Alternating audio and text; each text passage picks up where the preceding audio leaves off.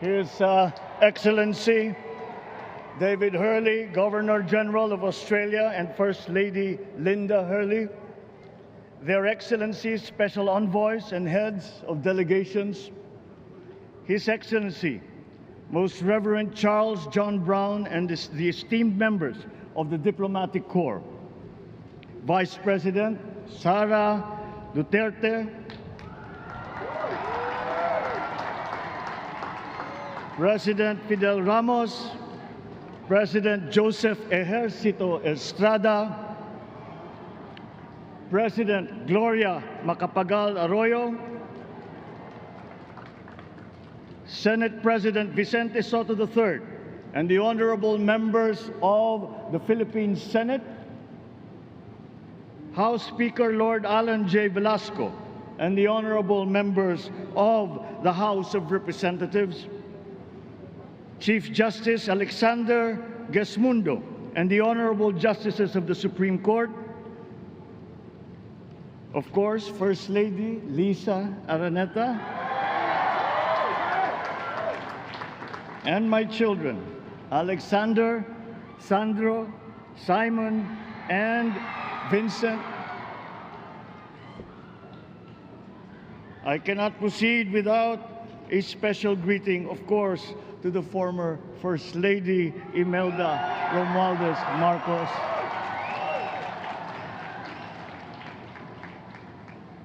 Other distinguished guests, ladies and gentlemen, my friends, ang aking minamahal na mga kababayan,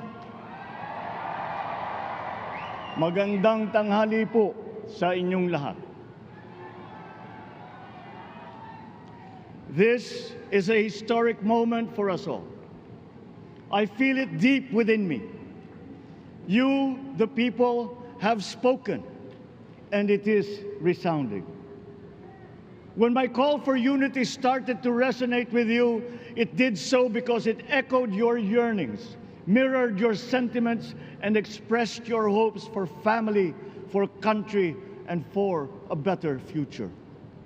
That is why it reverberated and amplified as it did, to deliver the biggest electoral mandate in the history of Philippine democracy.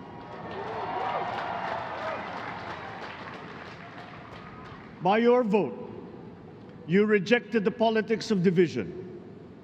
I offended none of my rivals in this campaign. I listened instead to what they were saying. And I saw little incompatibility with my own ideas about jobs, fair wages, personal safety, and national strength, and ending want in a land of plenty.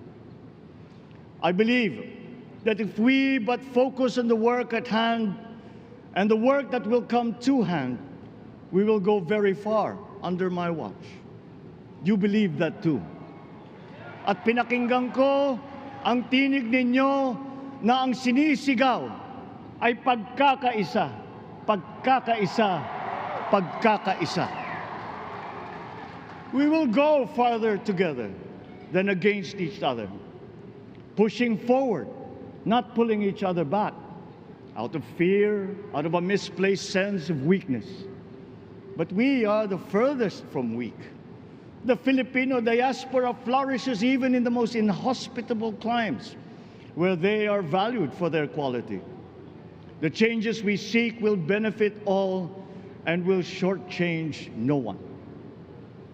I was not the instrument of change. You were that. You made it happen. I am now.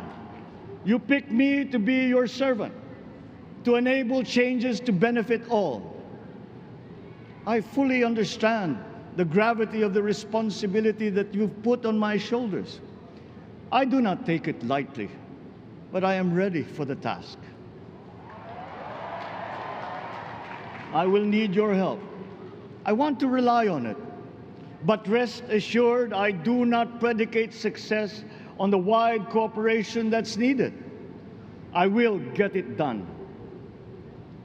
I once knew a man who saw what little had been achieved since independence. in a land of people with the greatest potential for achievement, and yet they were poor. But he got it done, sometimes with the needed support, sometimes without. So will it be with his son. You will get no excuses from me.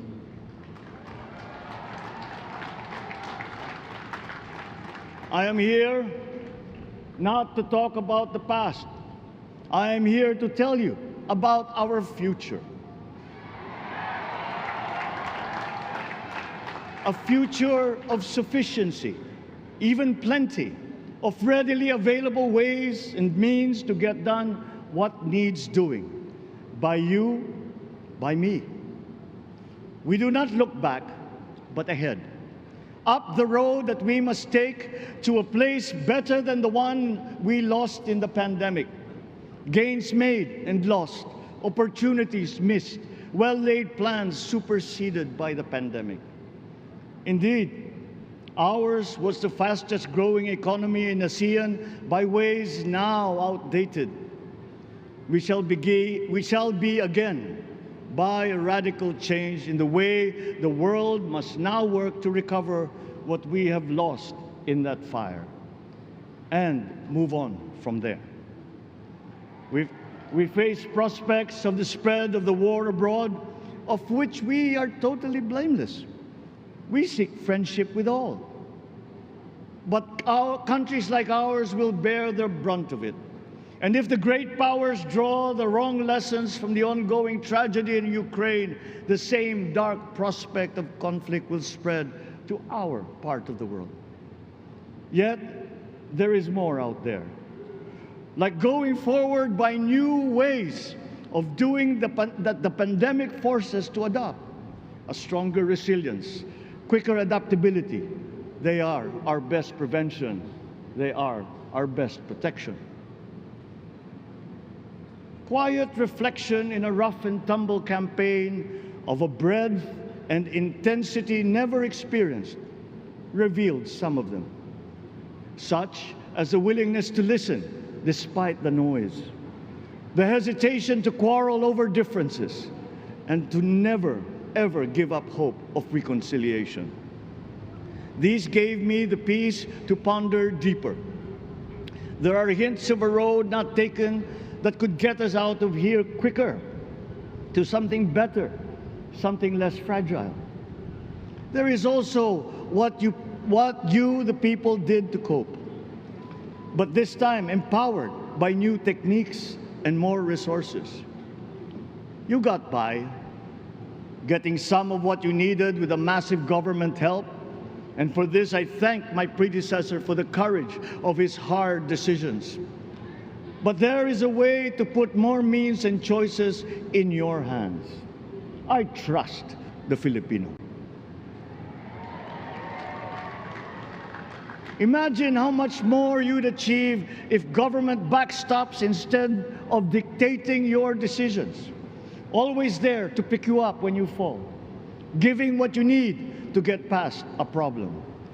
Imagine if it invested in your self-empowerment to bring it closer to taking on whatever challenges come.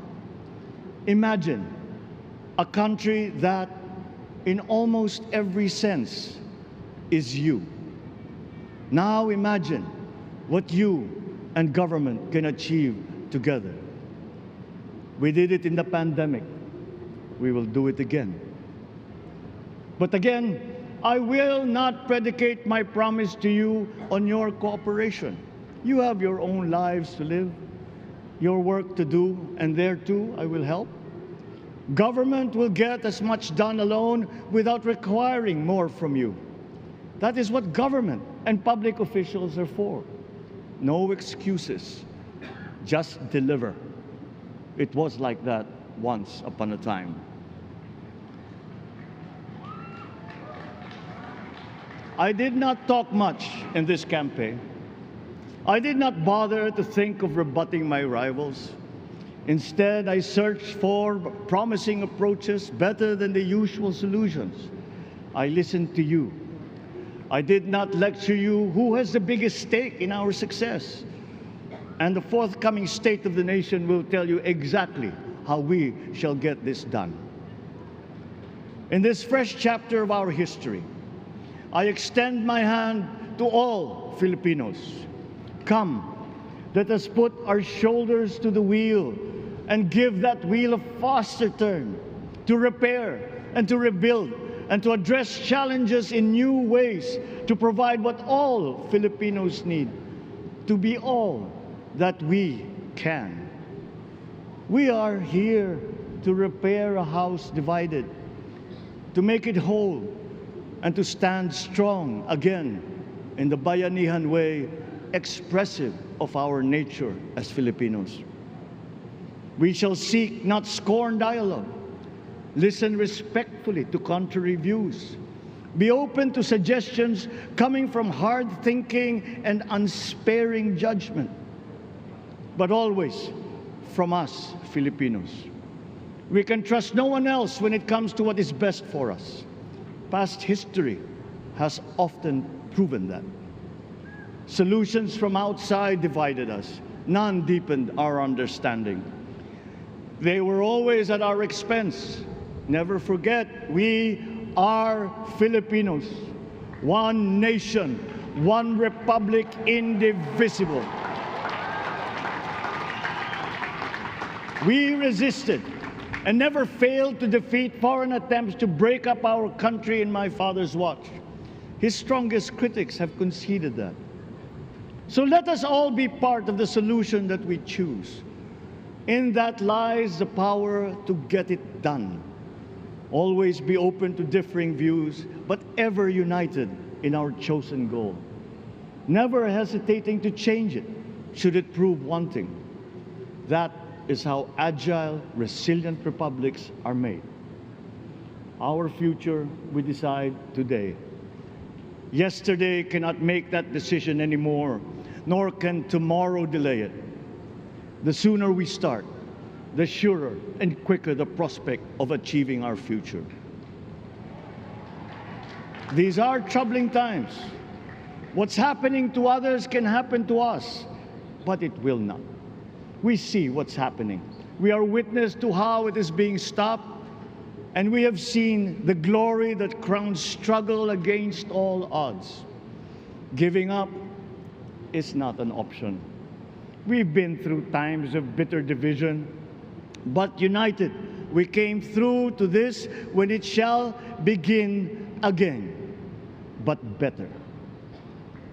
The campaigns I've run have taken me here where I stand today. I listened to you, and this is what I have heard. We all want peace in our land. You and your children want a good chance at a better life in a safer, more prosperous country. All that is within reach of a hard-working, warm, and giving race. Your dreams are mine. Pangarap nyo ay pangarap ko.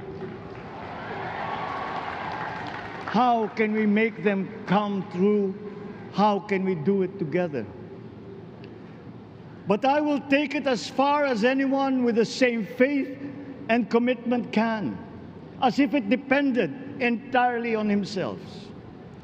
Sa pangarap na maging mapayapa ang ating bansa, ang pangarap nyo ay pangarap ko. Sa pangarap na maging maunlad ang ating bansa, ang pangarap nyo ay pangarap ko. At sa pangarap na maging mas masinang ang kinabukasan natin at ng ating mga anak, ang pangarap nyo ay pangarap ko. We are presently drawing up a comprehensive, all-inclusive plan for economic transformation. We will build back better by doing things in the light of the experiences that we have had, both good and bad. It doesn't matter. No looking back in anger or nostalgia.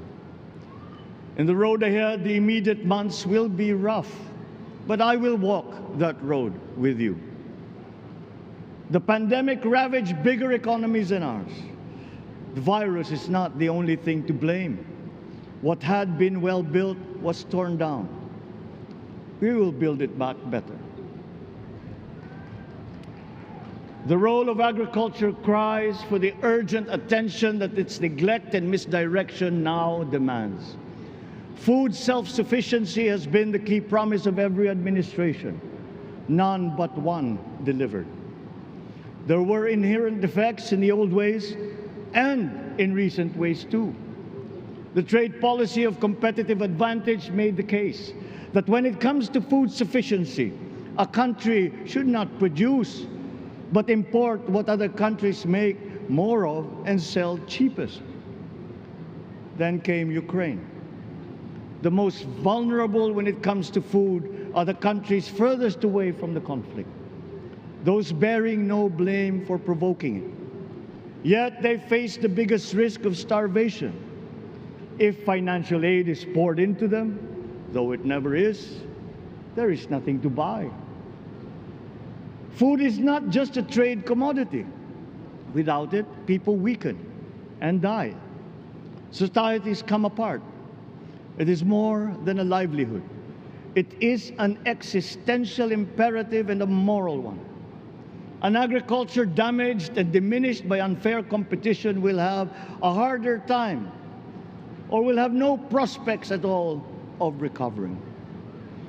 Food sufficiency must get the preferential treatment the richest free trade countries always gave their agricultural sectors. Their policy boils down to don't do as we do. Do what we tell you to. I am giving that policy the most serious thought if it doesn't change or make more allowances for emergencies with long-term effects. There is a parallel problem in our energy supply. Sufficient fossil fuel-free technology for whole economies has yet to be invented. And it is not seriously tried by rich countries. Again, consider the response of the richest countries to the war in Ukraine. But surely, a free world awash with oil can assure supplies. Or we will find a way. We are not far from oil and gas reserves that have already been developed. What we teach in our schools, the materials used must be rethought. I am not talking about history. I am talking about the basics, the sciences, sharpening theoretical aptitude and imparting vocational skills, such as in the German example, alongside the national language with equal emphasis and facility in a global language, which we had and lost. Let us give OFWs all the advantages we can for them to survive and to thrive. Our teachers from elementary up are heroes fighting ignorance with poor paper weapons. We are condemning the future of our race to menial occupations abroad. Then they are exploited by traffickers. Once we had an education system that prepared coming generations for more and better jobs. There is hope for a comeback. Vice President and soon-to-be Secretary of Education, Sara Duterte Carpio, will fit that mission to a T. We won't be caught unprepared, under-equipped, and understaffed to fight the next pandemic. To start with, we never got over the pandemic of poor, if any, free public health. The last major upgrade of a public health system, exemplified by the resources poured into PGH, predates the current shambles by 3 generations. Our nurses are the best in the world. They acquitted themselves with the highest distinction abroad, having suffered even the highest casualties. With the same exemplary dedication at home, they just got by. They are out there because we cannot pay them for the same risk and workload that we have back here. There will be changes starting tomorrow. I am confident because I have an OPLE in my cabinet. There were shortcomings in the COVID response. We will fix them. Out in the open. No more secrets in public health. Remember, I speak from experience. I was among the first to get COVID. It was not a walk in the park.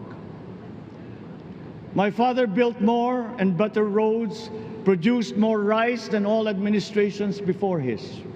President Rodrigo Roa Duterte built more and better than all the administrations succeeding my father's. Much has been built, and so well, that the economic dogma of dispersing industry to develop the least likely places has been upturned. Development was brought to them. Investors are now setting up industries along the promising routes built. And yet, the potential of this country is not exhausted. Following these giant steps, we will continue to build. I will complete on schedule the projects that have been started.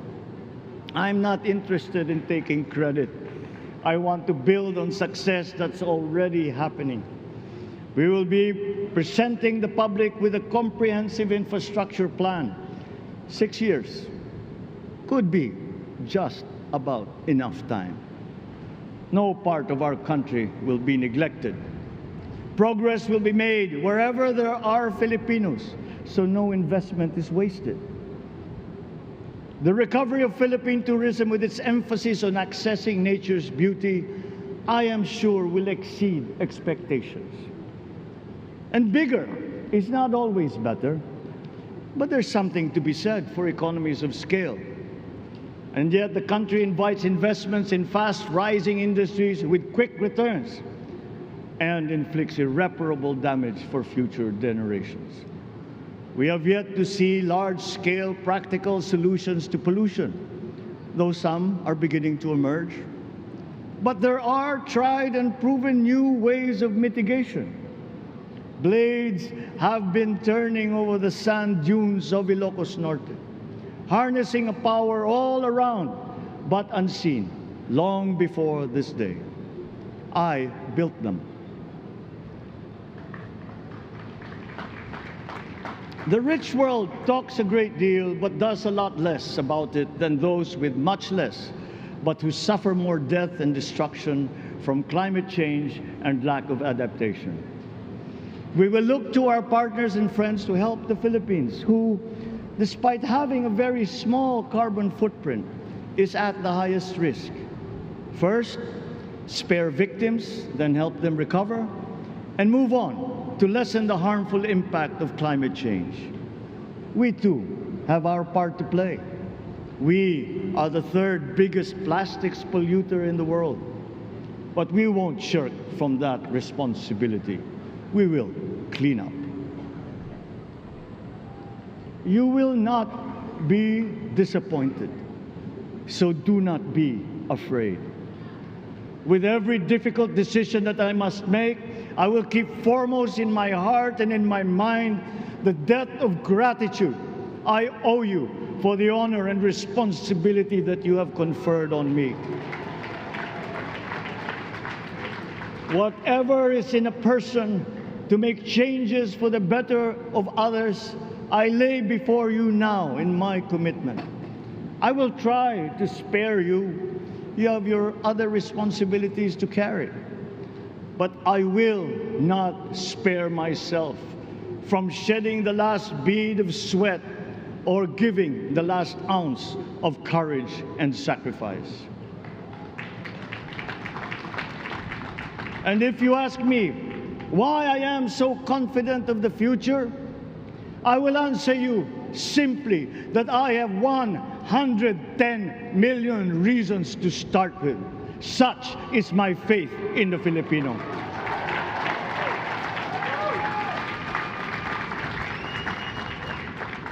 Believe, have hope. The sun also rises like it did today and as it will tomorrow. And as surely as that, we will achieve the country all Filipinos deserve. God bless the Philippines. God bless our work. Maraming salamat po sa inyong lahat. Mabuhay ang Pilipinas. Magandang tanghali po.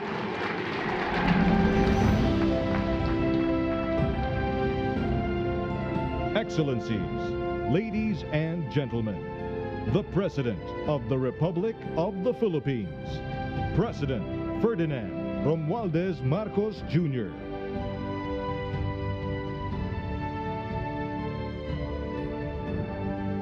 We will now have a photo opportunity with President Ferdinand Romualdez Marcos Jr. May we invite the first family on stage. First Lady Liza Araneta Marcos, Ferdinand Alexander Sandro Marcos, Joseph Simon Marcos, and William Vincent Marcos.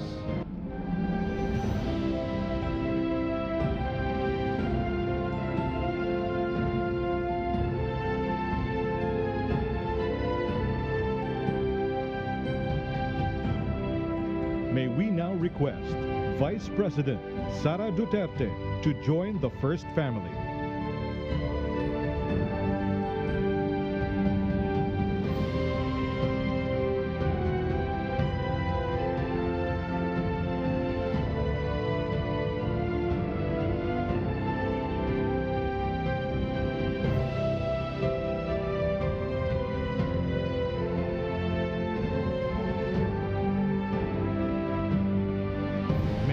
Request on stage Chief Justice Alexander G. Gesmundo and Senate President Vicente Soto III to join the first family.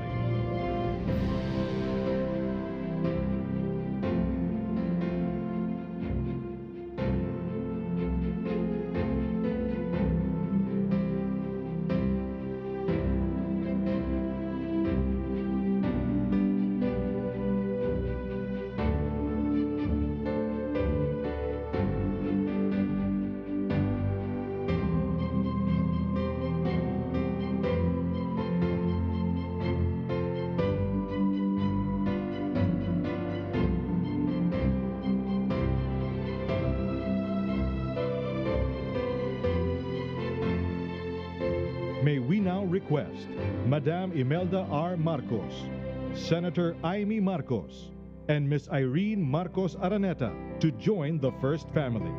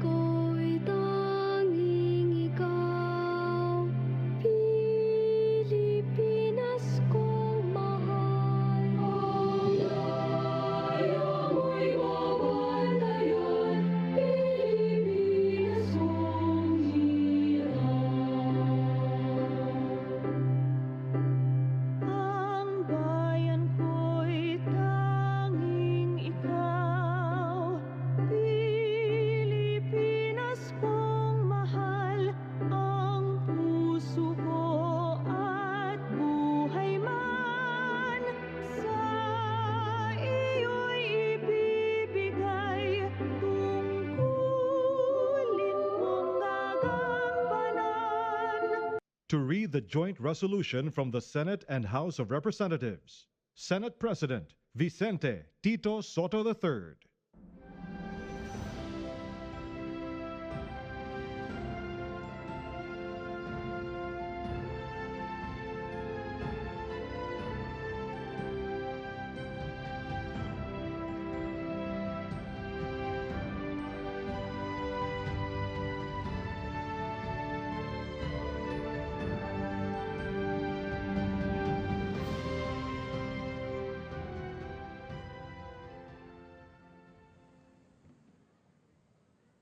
As the Senate President and co-chair of the joint public session of Congress that canvassed the votes for presidential and vice presidential candidates in the national elections held on the 9th of May, 2022, it is my distinct honor and privilege to join you in this historic occasion and read the dispositive portion of the resolution of both houses, which proclaimed the duly elected President and Vice President of the Republic of the Philippines. The dispositive portion of the said resolution reads as follows. Resolved further to declare that candidate Ferdinand Bongbong Marcos Romualdez Marcos Jr. and candidate Sara Zimmerman Duterte received the highest number of votes cast for President and Vice President respectively in the national elections held on the 9th of May, 2022, and by virtue thereof to proclaim Ferdinand Bongbong Romualdez Marcos Jr. as the duly elected President of the Republic of the Philippines and Sara Zimmerman Duterte as the duly elected Vice President of the Republic of the Philippines.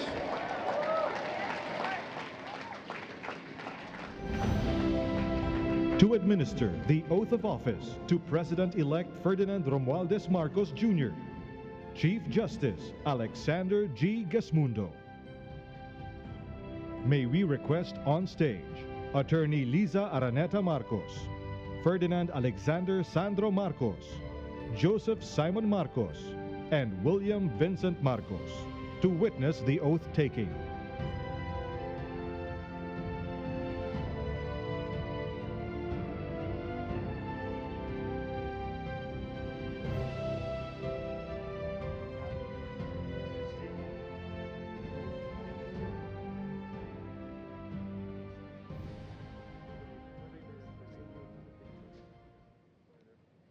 Mangyaring taas ang kanang kamay at wikain ang mga sumusunod. Ako, si Ferdinand Romualdez Marcos Jr. Si Ferdinand Romualdez Marcos Jr. ay mataimtim na nanunumpa. Natutuparin ko ng buong katapatan at sigasig. Natutuparin ko na buong katapatan at sigasig ang aking mga tungkulin bilang Pangulo ng Pilipinas. Pangangalagaan at ipagtatanggol ang kanyang konstitusyon. Ipatutupad ang mga batas nito. Magiging makatarungan sa